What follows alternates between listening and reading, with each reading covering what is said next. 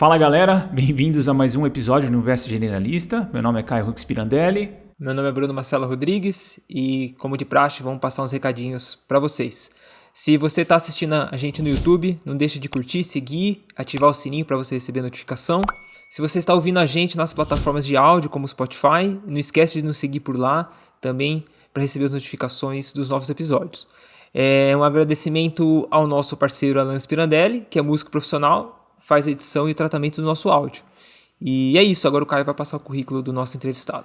Hoje a gente conversou com o Reinaldo José Lopes. Ele possui graduação em Comunicação Social e Jornalismo pela USP, tem mestrado e doutorado em Estudos Linguísticos e Literários em Inglês na Faculdade de Filosofia, Letras e Ciências Humanas da USP. Seu trabalho acadêmico concentra-se na análise da obra de ficção de John Ronald Tolkien sob o prisma da teoria da tradução. Ele venceu em 2017 o prêmio José Reis, o mais importante do país na área de divulgação científica. Foi editor de Ciência e Saúde da Folha de São Paulo e hoje é repórter, colunista e blogueiro do mesmo jornal. É autor de 9 livros de divulgação científica, entre eles os best-sellers 1499, O Brasil Antes de Cabral, e Darwin Sem Frescura.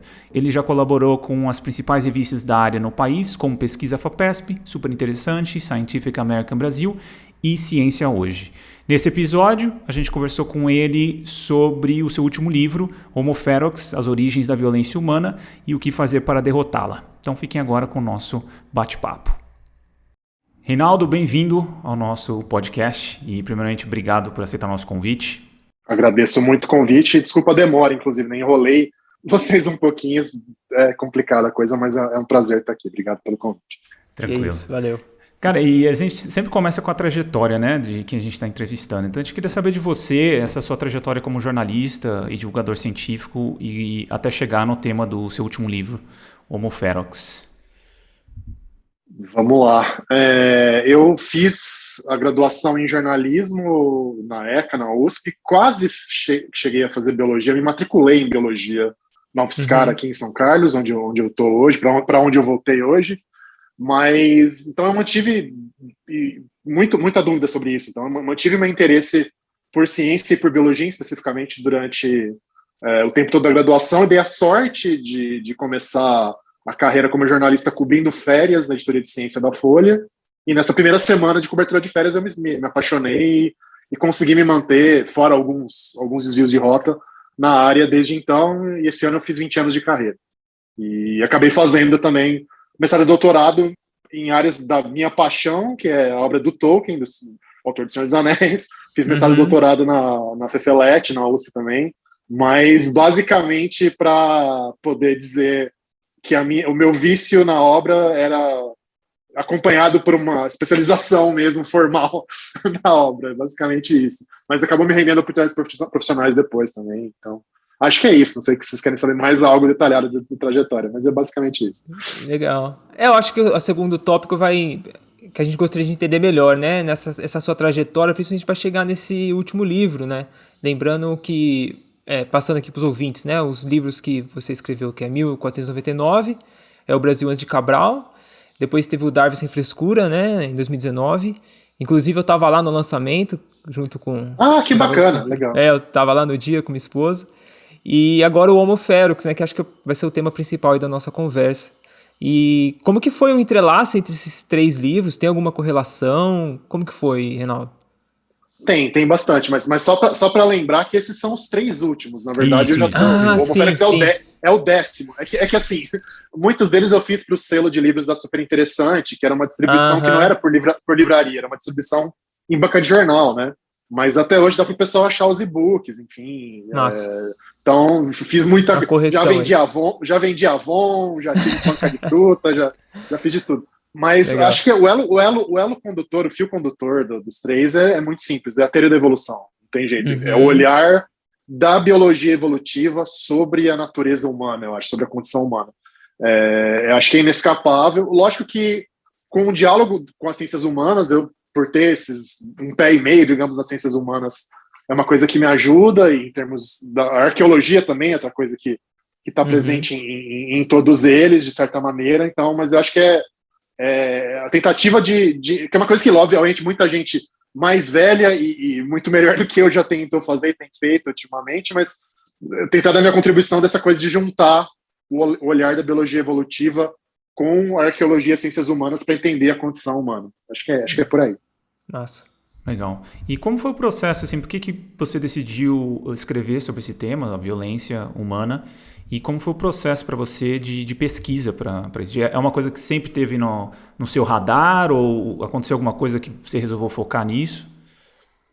Então, sempre teve de alguma maneira, uma coisa que eu já falei com outras pessoas também sobre o livro, mas acho que não é demais repetir, achei um pouco dessa fascinação do moleque que cresceu lendo sobre batalhas, sobre... Eu lembro de ler, muito antes dos 300 de Esparta fazer sucesso com o Rodrigo Santoro e depois virar essa maluquice aí dos bolsonaristas depois, eu já tinha lido sobre as Termópilas lá no Monteiro Lobato, quando era criança, e de me interessar pela trajetória do Alexandre Magno e do Júlio César,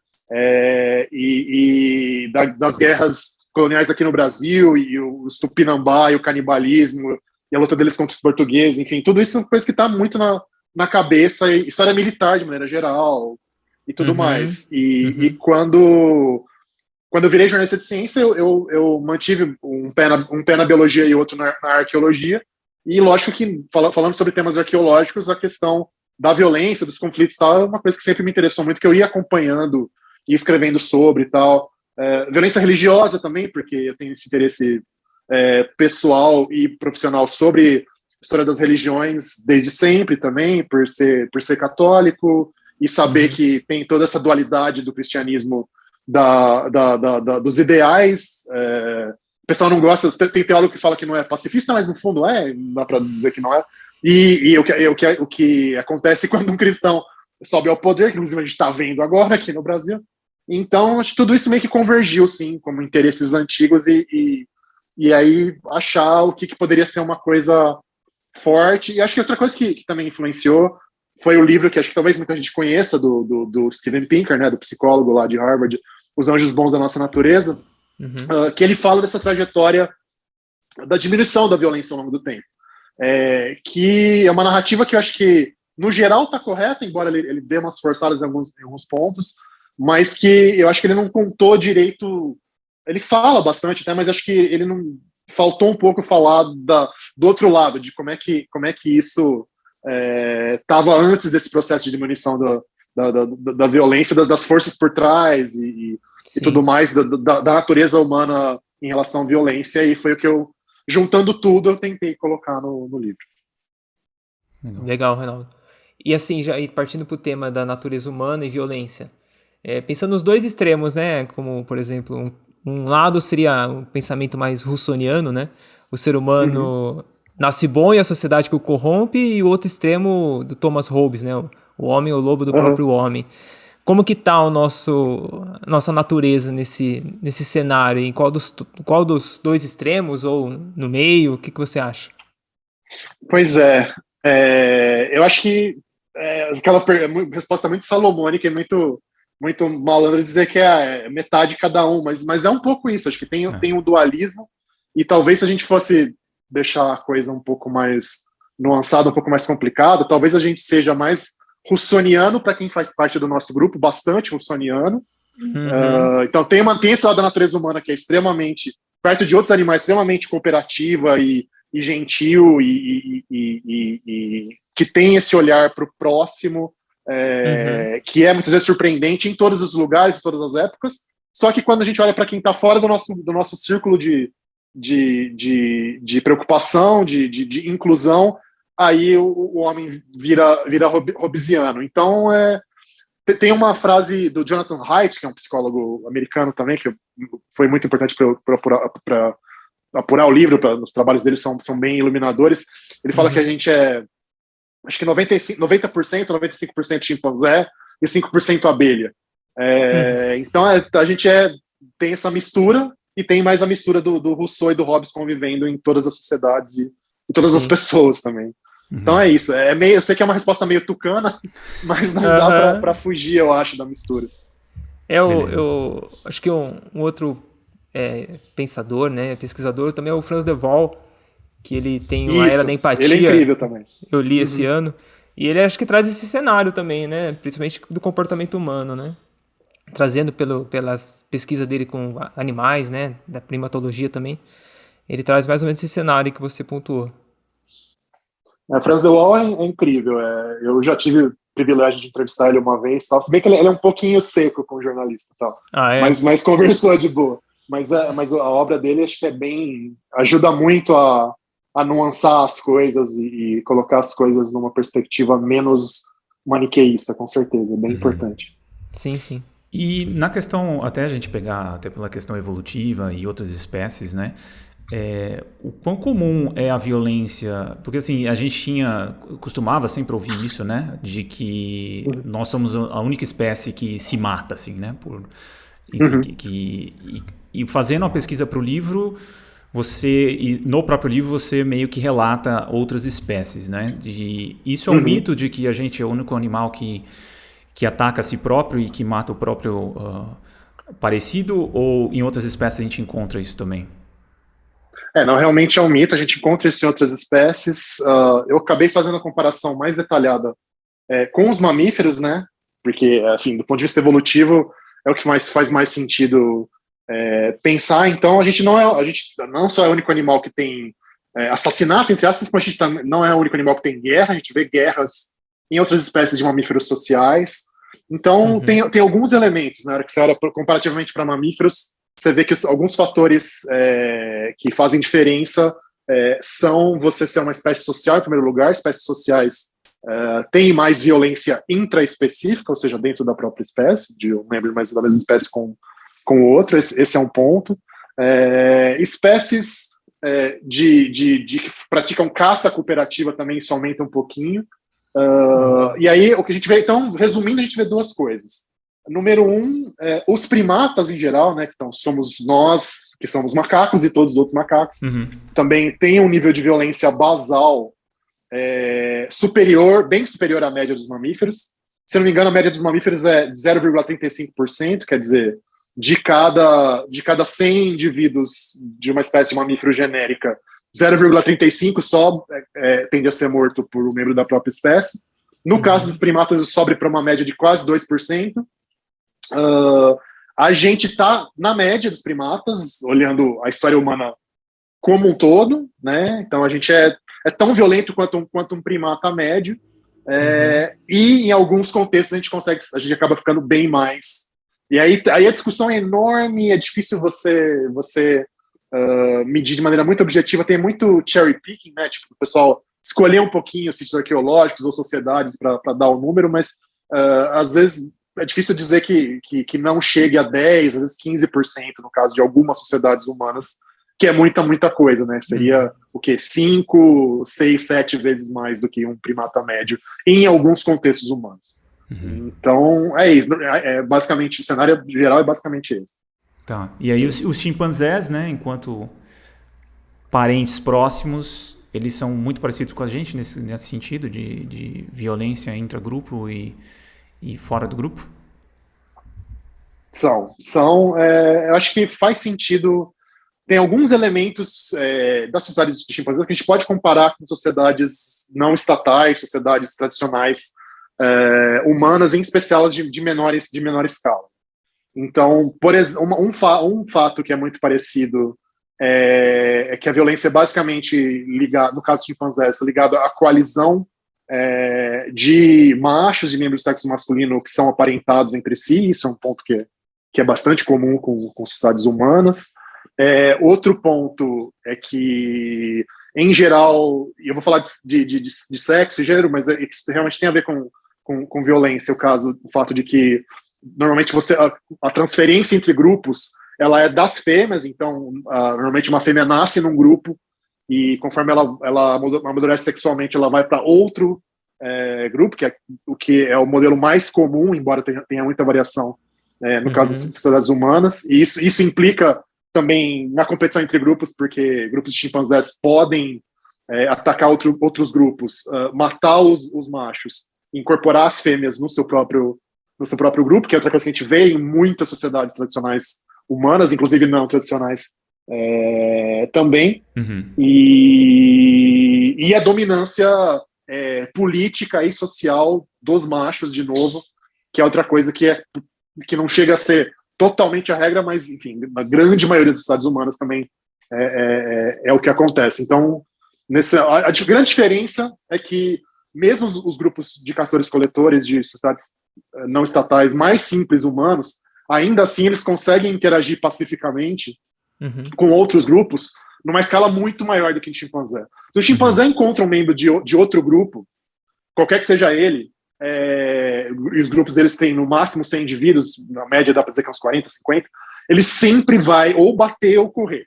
Não tem outra coisa. Ele não vai sentar e conversar. Nunca. No caso de grupos humanos, você tem alianças e trocas pacíficas de bens e de parceiros sexuais entre grupos de 500, às vezes 1.000, até alguns milhares de pessoas. Assim, então, nesse ponto, olhando para colocando a lupa nesse lugar, a gente vê que a gente ainda assim é bem mais nessa situação é bem mais pacífico que os chimpanzés. Tem essa diferença que é bem importante. E quando você fala em guerra, Reinaldo, em perspectiva ainda de outros animais, né? É extinção mesmo? É tipo um grupo aniquilando totalmente outro grupo? Ou é mais uma coisa mais caótica, assim? Existe depois uma paz, uma trégua?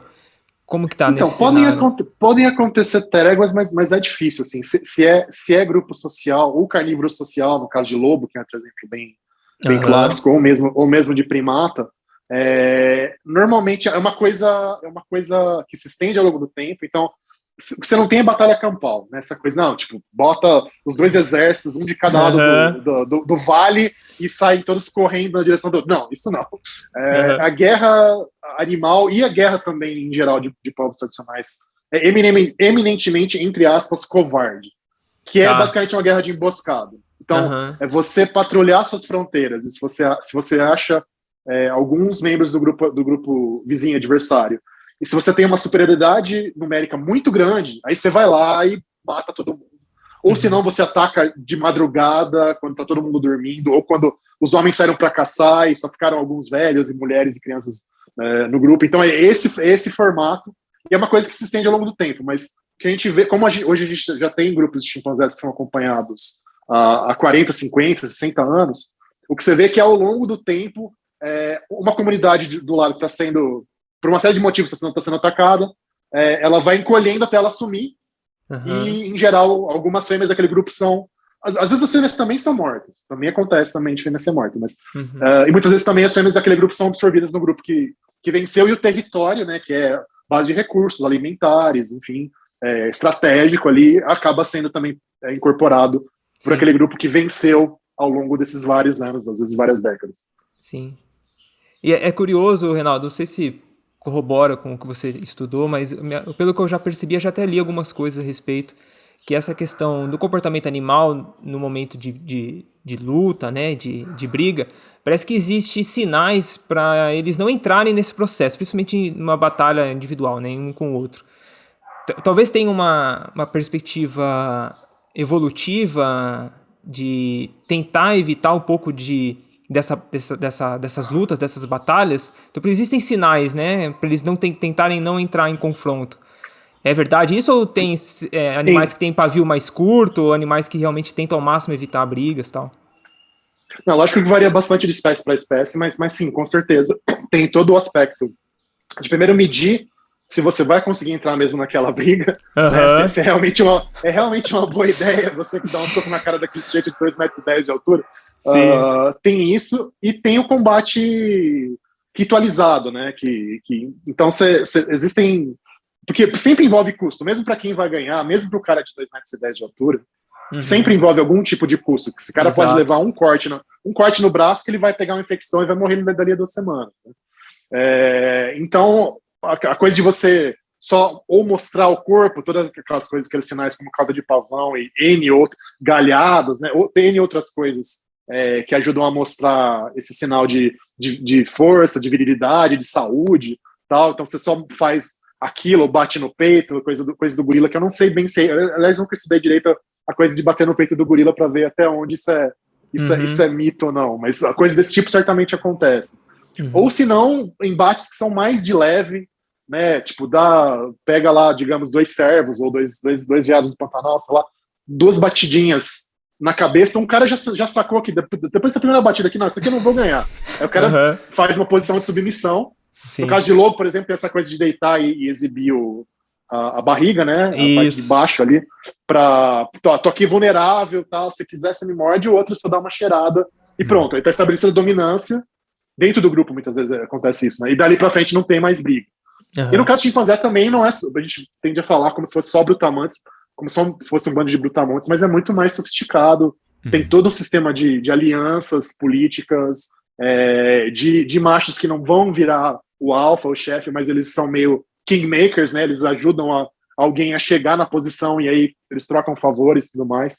Então, sim, tem um monte de nuances aí que não envolvem o confronto 100% para se detonar. Uhum.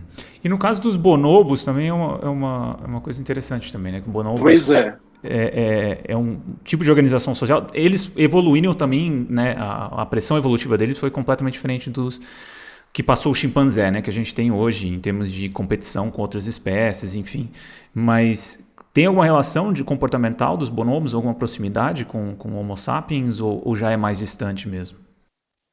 Não, a rigor, isso é uma coisa que eu deveria até ter discutido mais. Você tá pegando, inclusive, uma falha, eu acho, do livro, que eu deveria ter discutido um pouco mais. É que eu lembro do The Wall, né? O Franz The Wall fala muito disso, que a gente é o bipolar por causa disso. A gente consegue ser tão pacífico quanto o bonobo e tão violento quanto um chimpanzé, né? Então, inclusive, eu li uma definição dele mesmo, recente, que eu acho que é muito boa, né? Que chimpanzés usam poder para resolver questões sexuais. E os bonobos usam sexo para resolver questões de poder.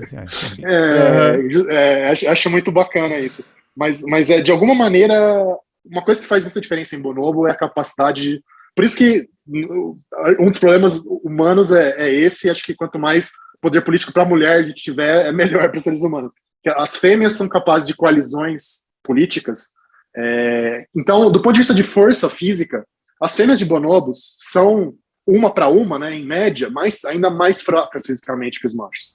Mas elas têm uma capacidade de coalizão política entre elas, inclusive cimentada pelas relações sexuais entre as fêmeas, né, homossexuais entre as fêmeas, que impede que um macho engraçadinho que queira dar uma de bambambam, de dono do terreiro, se sobressaia, porque se ele for tentar fazer isso, eles vão juntar nele, dar uns cascudos e o cara abaixa a bola e acabou, né?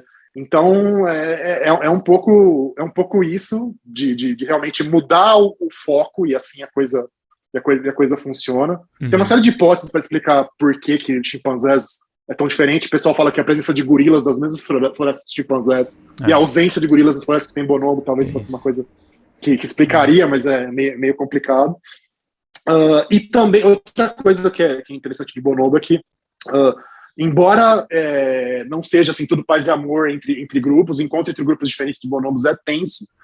Eles não partem para pancadaria generalizada como acontece com o chimpanzé. Eles meio que se ignoram e tal. Às vezes tem um pouco de interação, mas é uma coisa mais tranquila. Então, e geneticamente, do ponto de vista evolutivo, eles são equidistantes, né? Porque eles divergiram entre eles faz só 2 milhões de anos. E a divergência para humanos o pessoal estima entre 6 e 7 milhões de anos. Então, dá para dizer que os dois modelos de sociedade têm um parentesco igual com o ser humano? Sim. É basicamente equidistante mesmo. O que eu lembro que eu vi uma vez acho que foi um documentário sobre as hienas também, né? Então, por essa questão das hienas, por exemplo, as fêmeas têm o domínio político e social, né? Só que tem um ambiente extremamente competitivo da savana, né? Então, você não vê características muito próximas dos bonobos nesse sentido, né? Então, talvez tenha essa pressão, né, ambiental, da competição ambiental também deve ter um papel fundamental também. Então, você pode ter um domínio das fêmeas, né? Porém, pode não ser nem próximo muito dos bonobos. Então, sempre uma combinação muito complexa, né? De vários fatores. Sim. Tem o meme, eu estou sempre repetindo esse meme ultimamente, mas é que eu acho muito engraçado. pegaram o papagaio, ensinaram ele a falar depende, aí ele já ganhou o diploma de biólogo, né? Porque é isso, você fala... Vocês não tinham visto esse meme ainda? Não. É um crunch sensacional. Vai pegar o papagaio fala depende. Depende. Pronto, é a escola de biólogo. É isso. Bom. E falando só um fato que acho que tem que citar pelo valor de entretenimento, algumas fêmeas de hiena, eu não lembro se são todas as espécies ou algumas, mas elas inclusive têm pseudopênis. Sim. O clitóris se desenvolve tanto, acho que pelo nível de testosterona delas, que parece quase um pseudopênis. Interessante. E, Reinaldo, caminhando agora para o cenário mais humano, né, da nossa espécie, como que foi essa sua pesquisa e o que você encontrou em relação aos achados arqueológicos da violência humana no nosso passado? Era muito alta? Realmente a gente conseguiu apaziguar algumas coisas? Vamos lá. Aí é realmente a integração entre dados arqueológicos, que pegam a maior parte, né, 99,5% é dado arqueológico, e depois os dados históricos, né, que começam mais ou menos de 5 mil anos para cá. Assim. O que a gente vê é que flutua, e não está muito claro. Esse pedação imenso, que é o pedação arqueológico, e também genômico, né? Hoje em dia os dados genômicos são bem úteis para estudar alguns padrões, assim, que eu falo no livro. Ele começa muito esparso, então a gente vê algumas coisas, por exemplo, inclusive antes do Homo sapiens propriamente dito, em Australopithecus não, mas quando começa o gênero Homo, né, que é o nosso gênero biológico, você vê alguns exemplos que parecem com conflito ou com guerra, inclusive de canibalismo, que parece um canibalismo entre humanos, que parece quase caça, né? Uma das interpretações que fosse humanos caçando humanos, que é uma coisa muito, muito doida, assim. E a hora que chega no Homo sapiens propriamente dito, então a gente está falando de 300 mil, 200 mil anos atrás, parece que dá uma certa estabilizada num nível que ainda é o nível basal de primata. Então não está diferente de chimpanzé, não está pior, é aquele 2% ali e tal. E a coisa parece que começa a virar com a revolução do Neolítico, né, com a domesticação de plantas e animais, que você tem aumento populacional grande, uma chance de que isso vire um motor de diferenciação social e complexidade social, e aí quem está saindo ganhando nessas disputas tem uma tendência a usar isso para, obviamente, ganhar mais recursos, ganhar mais dinheiro, ganhar mais mulheres, que é um nesse tipo de guerra, né, nessa fase neolítica aí é um motor grande, continua sendo um motor grande de conflito, e aí a coisa começa a subir, ela vai num certo crescendo, digamos, até a idade do bronze ali, idade do ferro, o surgimento dos primeiros grandes impérios faz isso dar uma diminuída, né? Então, pensando em Roma, pensando em China, talvez aqui nas Américas é mais difícil de medir, mas talvez, como o próprio caso do Império Inca aqui, talvez você tenha uma coisa desse tipo, talvez na Índia alguns grupos, como o Império Maurya, depois outros estados de grande escala na Índia talvez tenham esse efeito, tal, tem uma discussão grande sobre isso. A gente tem essa fase meio, entre aspas, meio anárquica da Idade Média, em que você tem uma subida de novo, e todo o processo de consolidação dos estados nacionais europeus, que depois viram estados imperiais, que depois começam a virar os estados-nação que a gente conhece do século XIX para frente, tudo isso, embora com muitos altos e baixos, vai empurrando a coisa para uma diminuição cada vez maior em termos estatísticos, embora a gente tenha... assim, eu já fiz essa piada algumas vezes também, mas tem um irmão de um amigo meu que diz que avião é uma máquina fantástica. Pena que quando cai, mata todo mundo. Os estados organizados, com centralização de poder, burocracia, não sei o quê, também são uma máquina fantástica. O problema é que quando quebra, ou quando um louco passa a mandar neles, aí também mata todo mundo. Então é meio isso, esse processo que a gente vê com os estados nacionais do século XVI, talvez para frente, é isso que tem às vezes tem guerra de larguíssima escala, guerra em escala mundial. A gente pode pensar já na Guerra dos 30 anos, ou na Guerra do século XVII, ou na Guerra dos 7 anos do século XVIII, como quase guerras mundiais. E mata a gente. A Europa, aquela desgraça, mata um monte de gente, aqui nas Américas também se espalha para cá, chega no Oriente, mas no geral vai empurrando para cada vez mais paz. O começo do século XX parecia, muita gente que escrevendo nas vésperas da Primeira Guerra Mundial achava que a gente estava chegando numa época de paz perpétua, que é bem irônico, na verdade, né? E a gente tem essa explosão da Primeira e da Segunda Guerra Mundial, que são realmente pontos fora do gráfico, em relação ao que estava acontecendo. E de 45 para cá, apesar de tudo, e é meio irônico também falar, mas no geral a gente pode falar que a gente está numa época de longa paz. Porque as guerras entre estados nunca foram tão poucas, nunca a chance de uma pessoa individual hoje ter uma morte violenta foi tão baixa, embora em muitos lugares do mundo a coisa ainda seja terrível. O que está subindo hoje, o que ainda está no processo de ascensão é guerra civil, mas guerra civil, apesar de tudo, tem um efeito muito menor do que guerras entre estados-nação. Então, e o cenário atual é meio esse. A gente ainda está na longa paz, apesar de tudo, a gente não sabe para onde a gente vai daqui para frente. Ainda pode dar muito errado, mas as coisas melhoraram muito, apesar de tudo, é isso. Tá. E tem até uma questão também, às vezes, que não é muito discutido na antropologia, a questão de violência entre culturas e tribos, e, enfim, entre as culturas humanas em geral, né? Isso é uma constante, né, na história humana, assim, sempre tem algum nível de conflito, de guerra e de substituição de etnias por outras, né? Isso é uma coisa que dados arqueológicos demonstram. Até no Brasil acho que tem relatos disso, né? Tem. Assim, é meio... Parece que assim, pessoal, muita gente, inclusive os antropólogos culturais, muitos vão ficar bravos comigo, mas se for pensar em natureza humana, acho que uma das constantes, com certeza, é essa, de você delimitar o que é o seu grupo interno e todo mundo que está para fora é outra coisa. Uma coisa que a gente vê aqui nos grupos indígenas brasileiros e vê no mundo inteiro, assim, você pegar o nome que um povo usa para si próprio, assim, é muito comum, é absurdamente frequente que aquele nome queira dizer ser humano, ponto. Gente, tipo, as únicas pessoas de verdade do mundo somos nós.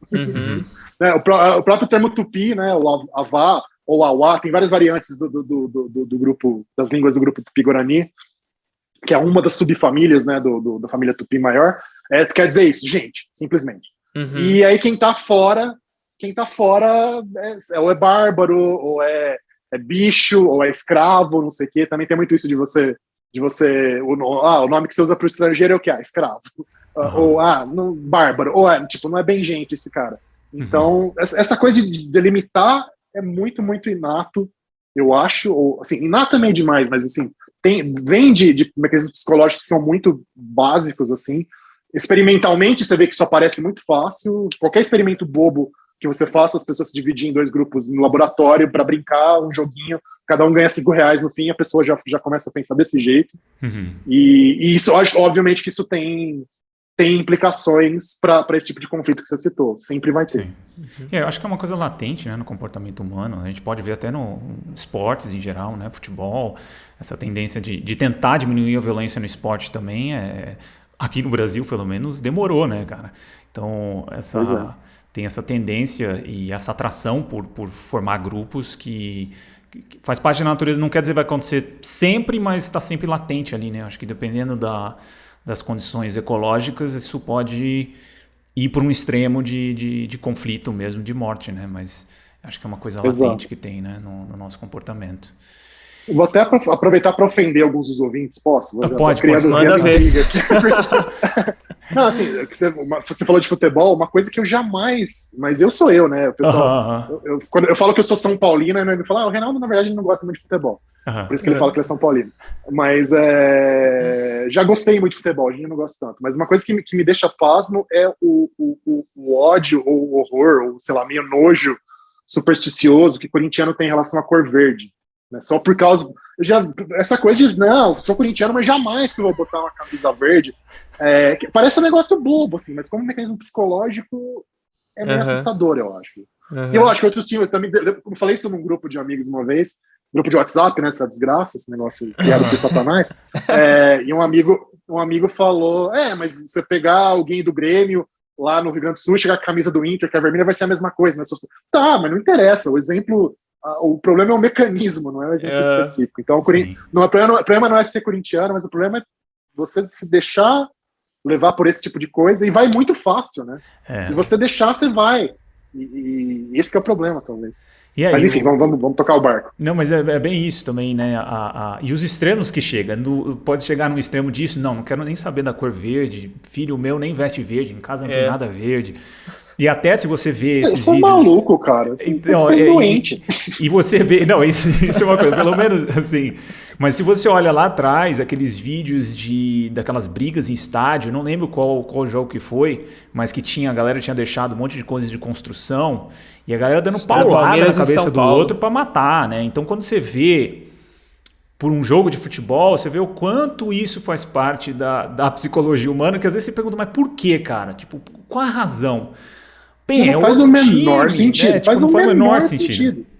Mas é muito latente no nosso comportamento, né, cara? Não tem como negar. E eu acho que é evidente que a gente vai encontrar expressões disso em várias culturas humanas e para um extremo ou nem tanto, depende de vários fatores, né? Mas não tem como negar que isso faz parte da coisa toda. E Reinaldo, a questão... Ainda no tópico da arqueologia, queria perguntar pro Reinaldo a questão dos Neandertais, nossos primos aí, Reinaldo. Tem alguma coisa em relação a eles? Acompanhar sobre isso? Tem algum estudo arqueológico de violência deles? De conflitos entre eles e sapiens, no caso? Isso, ou entre eles mesmo, né? Para ver se destoa muito do sapiens. Pois é, Neandertal, de novo, como é coisa muito antiga, a gente tem uma certa lei da decomposição de fósseis que as coisas mais antigas muitas acabam se perdendo um pouco, pelo menos no caso de hominídeos. Sim. Aliás, hominíneos, o termo certo é hominíneos hoje em dia, não hominídeos. Então tem alguns exemplos de canibalismo neandertal, mas não é muita coisa, tem algumas coisas, deve ter, sei lá, 5, 6 sítios diferentes.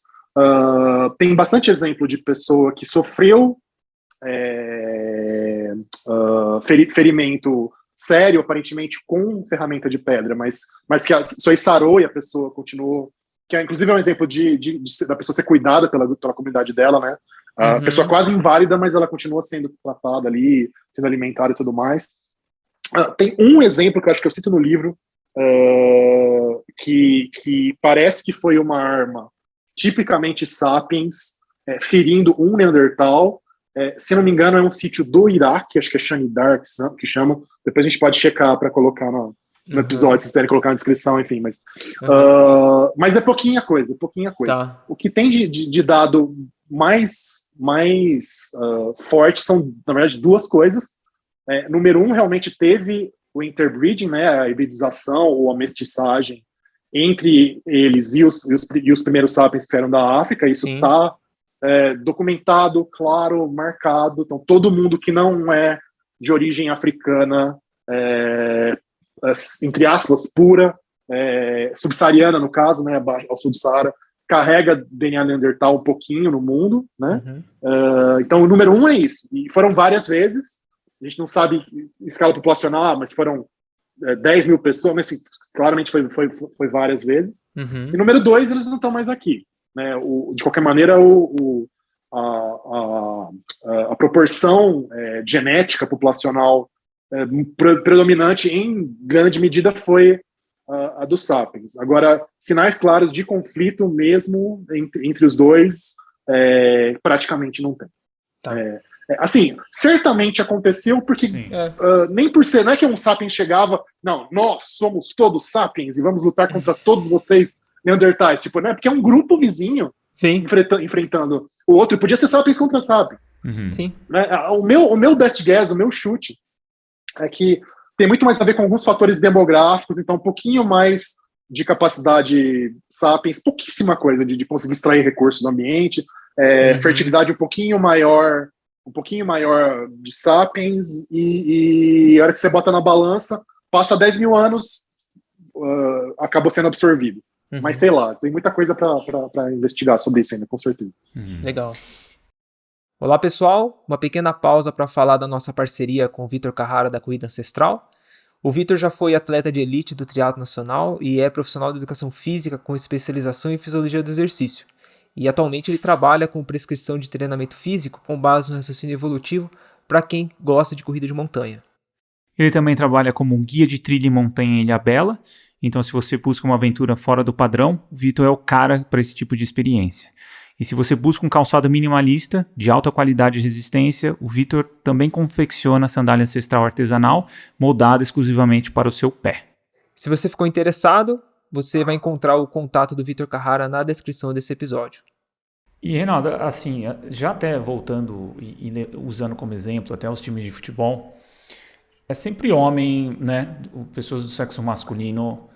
O problema do mundo é homem, cara. O problema do mundo é homem. Desculpa, né?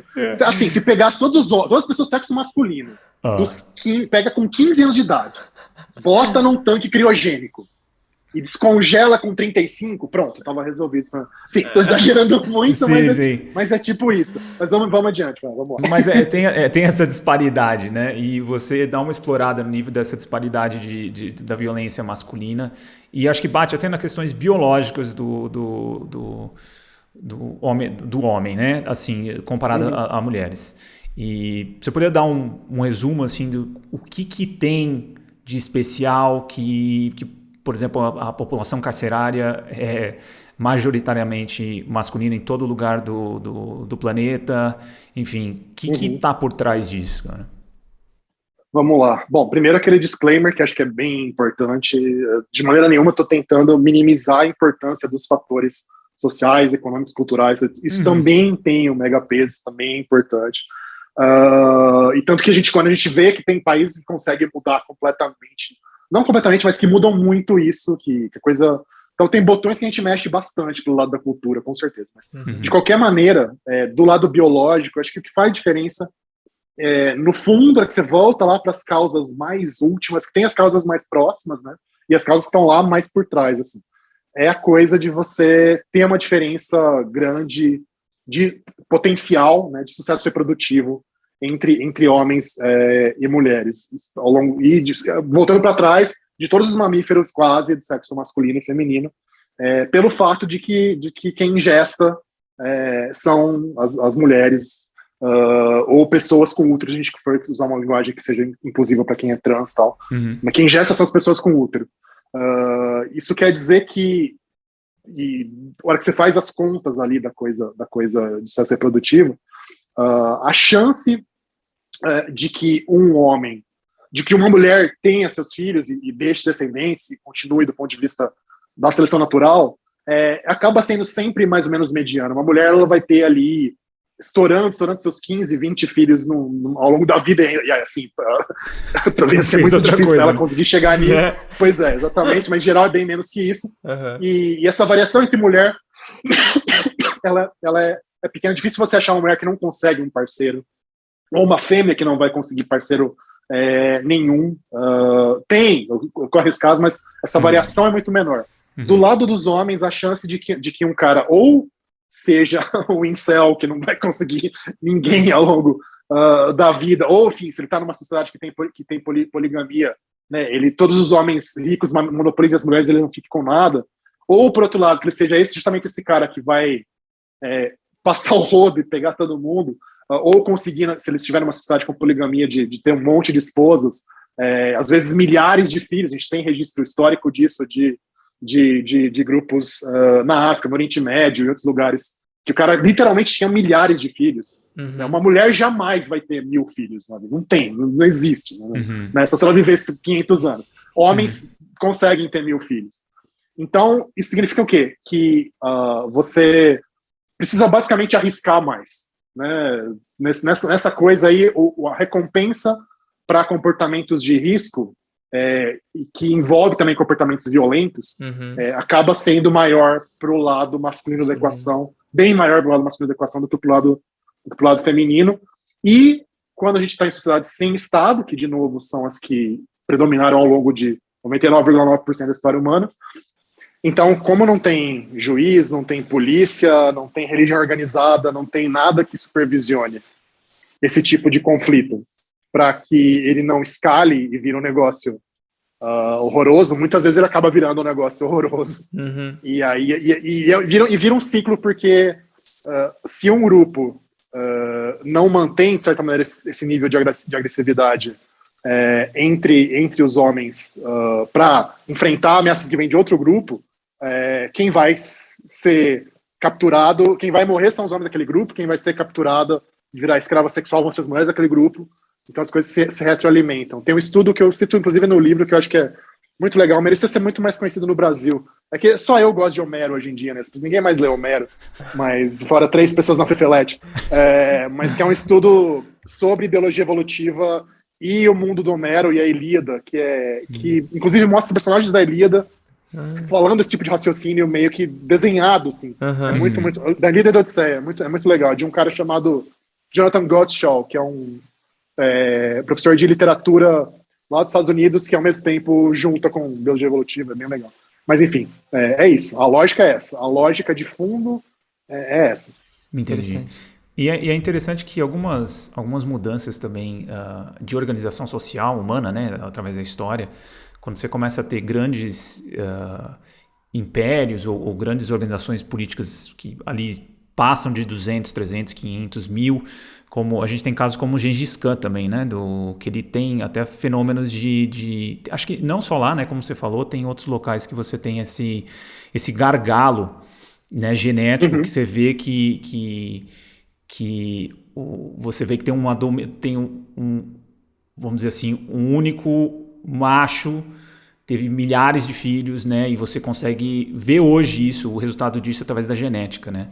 Mas isso também só é possível a partir de certo nível de organização social, que nem os mongóis, né, o Gengis Khan, mas em tribos menores isso é inviabilizado até pela não conseguir percorrer grandes distâncias e a organização social não ser tão complexa, né? Também tem isso. Embora você veja um pouquinho, resumindo, né, você vê quase no mundo inteiro. Se não me engano, nas Américas a gente não tem esse dado, mas acho difícil que seja completamente diferente. Que é a diversidade do cromossomo Y, né, que é essa marca da genética da masculinidade, ele é muito menor no mundo todo do que a diversidade do do DNA mitocondrial, que é essa coisa que está nas mitocôndrias, aquelas usininhas de energia das nossas células que são transmitidas pelo lado materno. Então, o fato de que realmente as mulheres não tiveram esse gargalo, não tiveram essa diminuição de diversidade genética, enquanto os homens tiveram uma muito grande. E em alguns casos brutalmente grande, como no caso do Gengis Khan, e alguns outros, tem um exemplo da Irlanda, do Nial dos 9 Reféns, que era um cara que era um rei medieval irlandês, alguns outros exemplos que é difícil você dizer se é exatamente o indivíduo histórico, isso é o mais difícil, né? Ou se é só a família dele que já estava indo bem, ele só dá uma empurrada a mais, mas que o dado tá ali, é difícil de você escapar, realmente. Sim. E Reinaldo, você comentou nessa pergunta do Caio, né, dessa questão do juiz ou do cara ali que controla isso. Como que você, explorando até no livro, traz o papel da religião? Ela teve um certo controle de violência ou ela aumentou esse tribalismo e aumentou a probabilidade de guerras? Como que foi isso? Ela faz as duas coisas. Como eu brinco no livro, ela é um bombeiro que tem uma outra personalidade de piromaníaco. De noite ele apaga incêndio, às vezes de dia ele vai lá escondido e bota fogo nas taças. Então ele, o que acontece é que você vê isso nas sociedades de maior escala, então você já está indo para o lado de estados e de impérios, que essa coisa de ter uma burocracia muito clara, de ter forças policiais, tudo direitinho e tal, isso é uma coisa muito, muito moderna. Antes disso, os impérios, eles basicamente tinham exército, eles cobravam impostos e era isso. E não ia muito além disso. Tá? Talvez no caso da China a gente possa ir um pouco mais longe do que isso, mas no caso de Roma era mais ou menos isso. Mas as religiões estatais, as religiões oficiais que têm figuras de deuses que não existiam antes, quer dizer, você pega caçador-coletor, os deuses eram meio que espíritos da natureza, era meio que sacis, vamos comparar com o saci. Então era aquele espírito da natureza meio brincalhão, que queria ser apaziguado, então você deixava uma cachaça para ele em algum lugar ali e tal, e mas ele não ditava, ele não tinha 10 mandamentos do Saci, né, ou de espíritos da natureza e tal. Ele não falava que você podia ou não ficar com a mulher do seu amiguinho, que você podia ou não roubar de fulano e tal. Então, embora houvesse regras de comportamento social desses grupos, eles não estavam ligados à religião. Nos grupos de impérios e estados, essa coisa é atrelada uma na outra, e você vê que isso tinha um papel, e ainda tem, acho que em muitos lugares do mundo, de garantir um pouco a cooperação entre pessoas que não se conhecem, que não são parentes, mas que são da mesma religião, da mesma cultura ali, e, portanto, podem confiar uma na outra para trocas comerciais e uma série de outras coisas. Então, tem esse elemento, só que, ao mesmo tempo que esse é o lado do bombeiro, porque a gente está falando do lado do bombeiro. Então, nesse grupo que está se formando, que é o mesmo grupo, que é um grupo interno, só que grandão agora, a tendência para a violência diminui. Só que ainda existe gente que está fora daquele grupo, inclusive outros impérios e outros estados que têm outras religiões, outras culturas, e aí, então, se torna justificável o conflito, nem que seja para trazer na marra aqueles caras que estão de fora para dentro desse grupo religioso novo. Aí o avião, o fenômeno né? É o avião, né? Exato, é o avião de novo.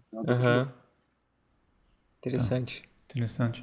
E quando a gente fala e juntando tudo isso, eu vou até voltar num ponto que eu tinha lido recentemente, a questão da testosterona, um estudo sobre testosterona e monogamia, né?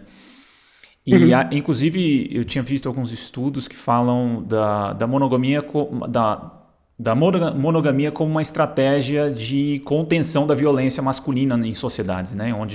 Porque já que o homem tende a arriscar mais, vamos dizer assim, quando você tem um sistema de poligamia, por exemplo, você tem um número de homens jovens sem acesso a parceiras, e isso tem um resultado um pouco desastroso, né? Você chegou a ver alguma coisa sobre isso, sobre esse tipo de organização social voltada para monogamia e contenção da violência?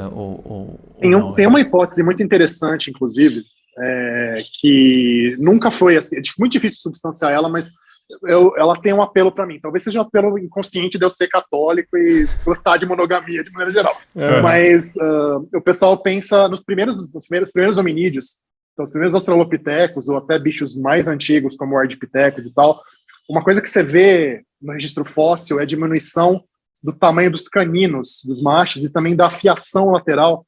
Porque chimpanzé e gorila, eles têm um tipo de canino que encaixa a mandíbula no maxilar, e eles se autoafiam, eles ficam se esfregando no outro e tal.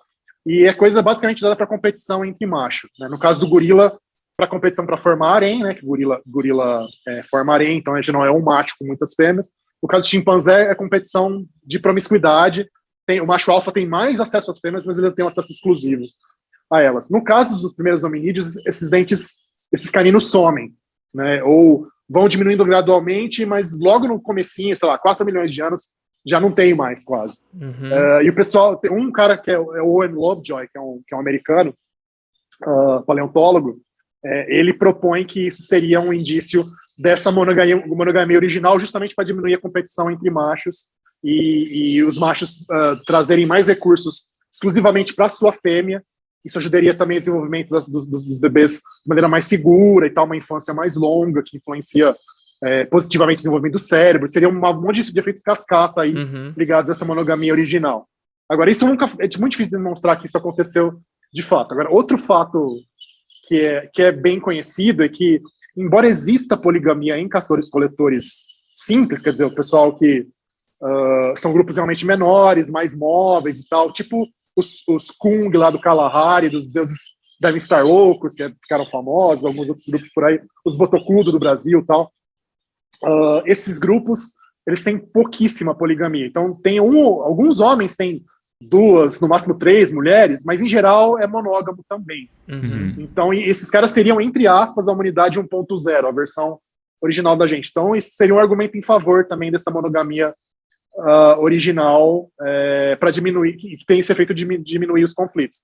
Agora, a questão é que, então, com a agricultura, de novo, voltando para o assunto da agricultura e tal, esse aumento de recursos que a agricultura e a pecuária trazem fez com que alguns homens conseguissem finalmente monopolizar as mulheres, e aí a coisa degringola até voltar no padrão monógamo mais pacífico de hoje, que a gente vê em muitas sociedades. Então, seria essa montanha-russa aí acontecendo, então. Quando o fator econômico, né, também, quando você consegue concentrar recursos e a organização social vai possibilitando isso, você consegue ter...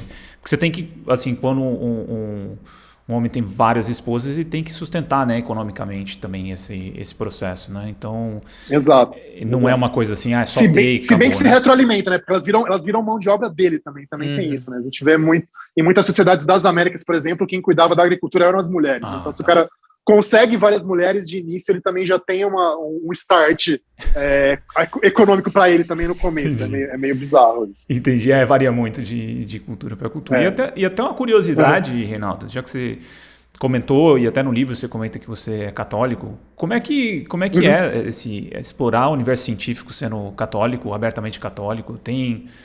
Enfim, é só uma curiosidade mesmo que eu achei um pouco incomum. A gente tem uma perspectiva mais antropológica de religião, né? A gente já explorou aqui no podcast, mas pra gente não é nada demais. Mas como é que é isso para você no meio científico? Se colocar como católico e é mal visto? Como é que é? Cara, no geral é tranquilo. Você tem um pouco de preconceito, às vezes, da selva da internet, né? Porque, enfim, como mas ali, eu escrevo pra Folha, tenho blog na Folha, faço YouTube e tal. Aí sempre aparece aquela coisa do ateu todinho, que o pessoal brinca de me xingar, que absurdo, você é maluco, como assim? Desonesto você falar isso, e tal. Do pessoal mais sério, quem é pesquisador, o pessoal que é divulgador científico também, fora um caso ou outro, é tranquilo. Eu tenho, entre aspas, a sorte de ser católico é que eu tenho liberação do chefe para aceitar Darwin, né? Aliás, dos chefes, né? Desde os anos 50, os papas lançaram várias encíclicas, depois teve a declaração famosa do João Paulo II, tal, dizendo que não, tudo bem, não se contradiz, tal, não é só uma hipótese, são dados científicos sérios, então vamos dialogar e tal. E bem ou mal, o Vaticano tem uma academia de ciências lá dentro deles, né? Que inclusive o Stephen Hawking já foi parte, né? Miguel Nicoleles aqui no Brasil também é membro. Então, esse diálogo tá cheio de padre astrônomo por aí, cara. Isso é muito engraçado. Tá cheio de padre astrônomo por aí. Bom, até hoje o Vaticano tem um observatório astronômico.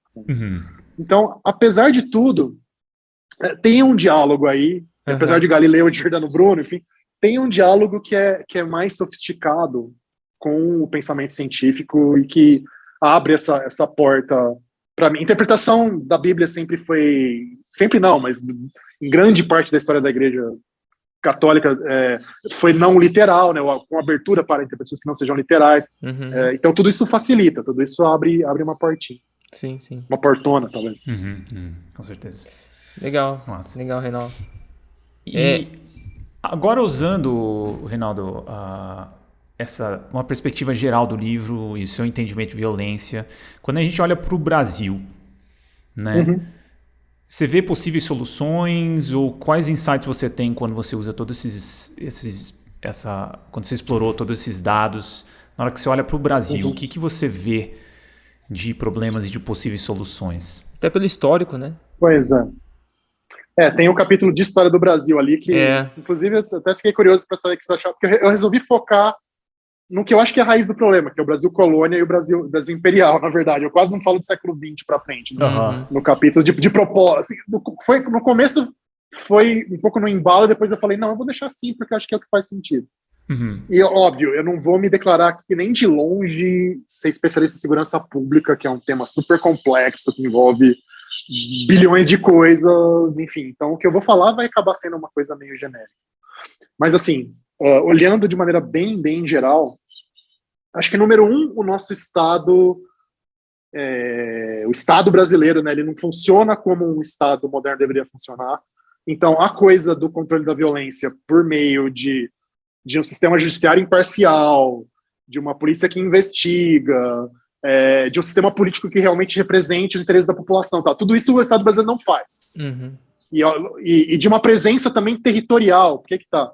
O Estado faz diferença na violência como? Quando ele bota as botas no chão e vai lá e tá botando a mão na massa em todos os lugares, de maneira mais mais ou menos imparcial e geral. E o que a gente vê aqui é que tem bolsões em que o Estado brasileiro funciona e bolsões para qual o Estado brasileiro está cagando. E lógico que isso, número um, isso que vai criar... E aí daí vem o poder que o crime organizado tem no Brasil hoje, o poder que o narcotráfico tem no Brasil, enfim, tudo isso. Então esse é um ponto. O Estado não fez o dever de casa básico do Estado moderno. Né?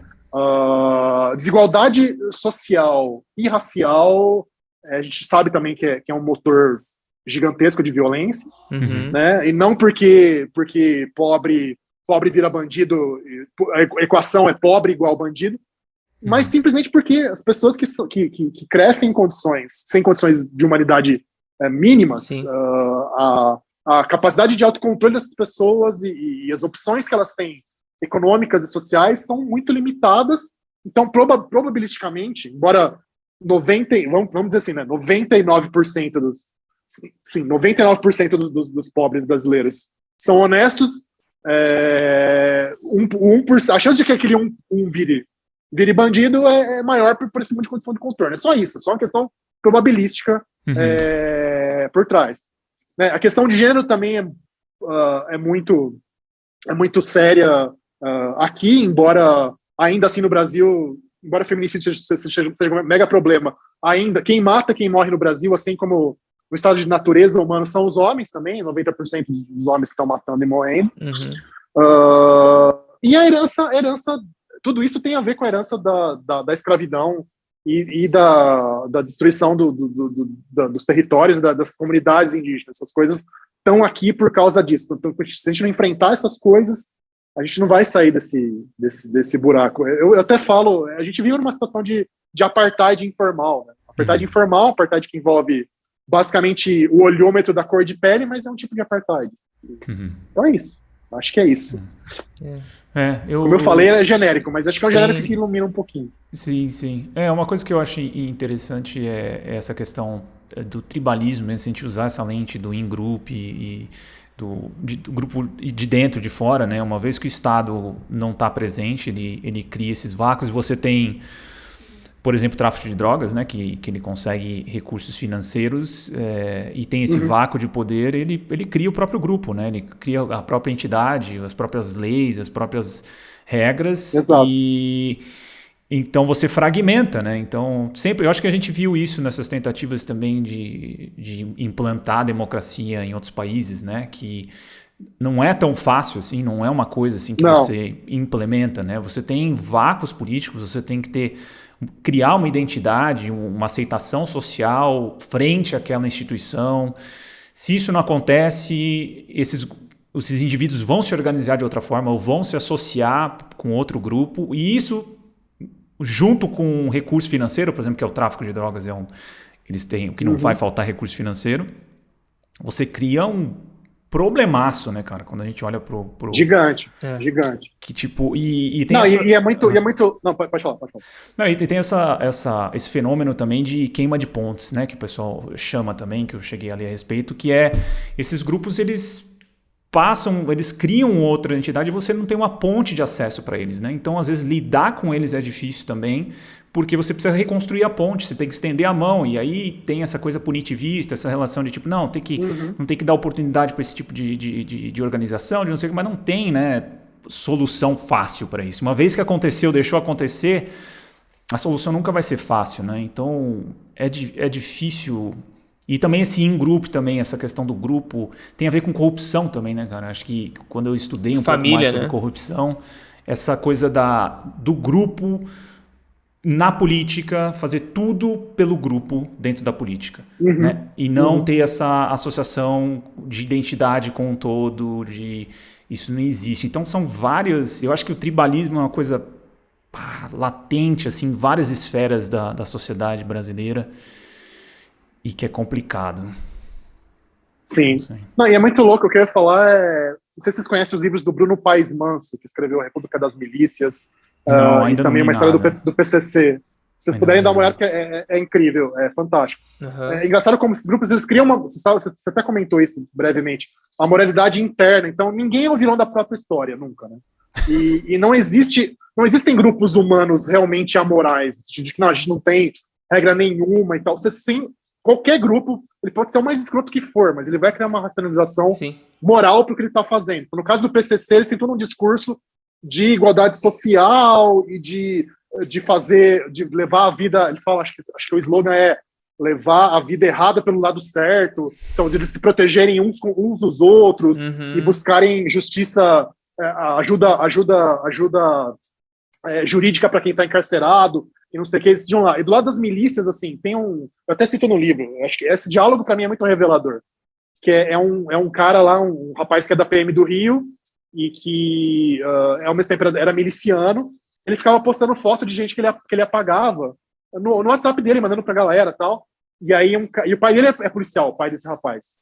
E aí alguém chegou pra ele, cara, seu pai ficar sabendo disso aí, você tá ferrado, seu pai é muito bravo, ele é muito certinho, seu pai...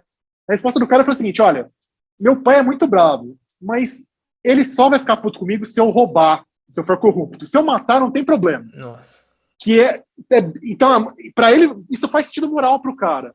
E acho que isso é meio que marca, que eu tava falando de herança da escravidão, que acho que é muito marcado na cultura brasileira, isso é uma coisa que ferra, que é você colocar o patrimonial acima da vida.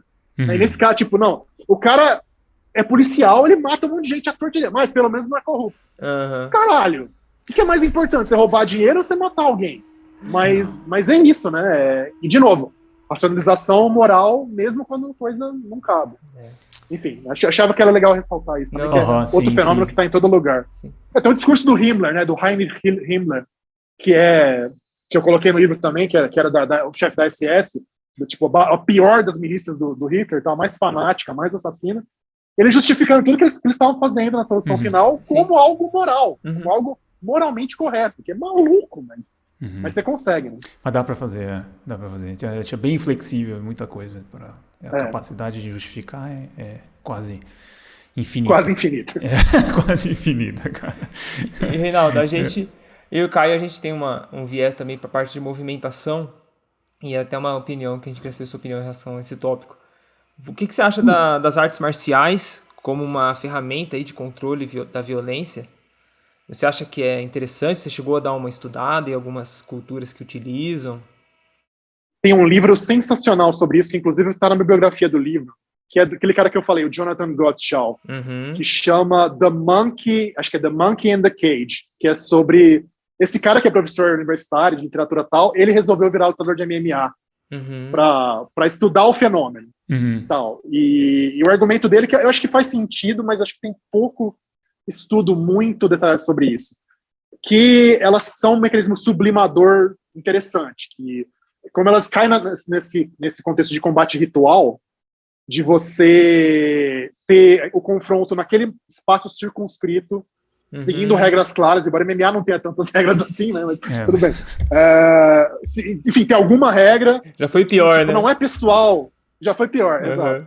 Inclusive ele cita a parte, ele conta toda a história do negócio quando era tipo, one man entered, two men entered, one man leaves. Então, isso faz com que, e como, tipo, não é pessoal, e no fim os caras se abraçam, não sei o que e tal.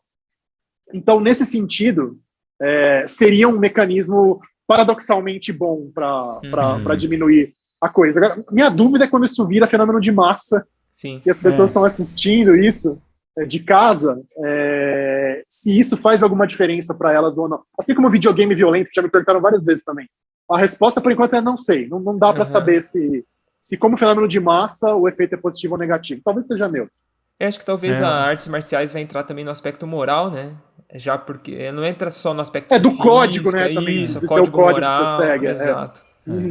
Mas isso entra muito do intragrupo, né, cara? Porque também isso pode ser intragrupo, seja uma coisa assim, incrível de controle emocional, de entender os impulsos, né, de agressividade, mas quando você bota dois grupos distintos, cara, eu acho que até em artes marciais mesmo, quando você tem duas academias, isso eu já vi bastante, o pau come legal. Karate Kid tá aí pra mostrar. Né? Exato. Mas acho que em nível individual pode ter um resultado interessante do indivíduo. Pelo menos eu já vi alguns casos de indivíduos que tinham muita dificuldade com a questão de agressividade e e que lá conseguiram alguma coisa, mas é muito individual, né? Eu acho que a nível social, talvez para escolas, bullying, essas coisas devem funcionar interessantemente, mas a nível social amplo, eu acho que não seja algo tão interessante. Eu tendo a concordar, eu acho. Mas, de novo, faltam dados. Sim, faltam dados. Beleza. É isso. Mais uma coisa, Bruno? Você Não. tem mais uma coisa? É isso? É isso, cara. Então, aqui é o livro, né? Homo Ferox, as origens da violência humana e o que fazer para derrotá-la. Então, estamos pertinho do Natal. Presentão. É um bom presente aí para as pessoas que gostam do assunto e querem entender mais sobre comportamento humano e violência humana. E Reinaldo, brigadão por Valeu, Reinaldo. disponibilizar seu tempo para conversar com a Valeu, gente. gente. Foi um prazer, cara. Valeu, espero ter ajudado aí. Obrigadão. Valeu. Um abraço, Valeu. galera. Valeu, Até pessoal. mais.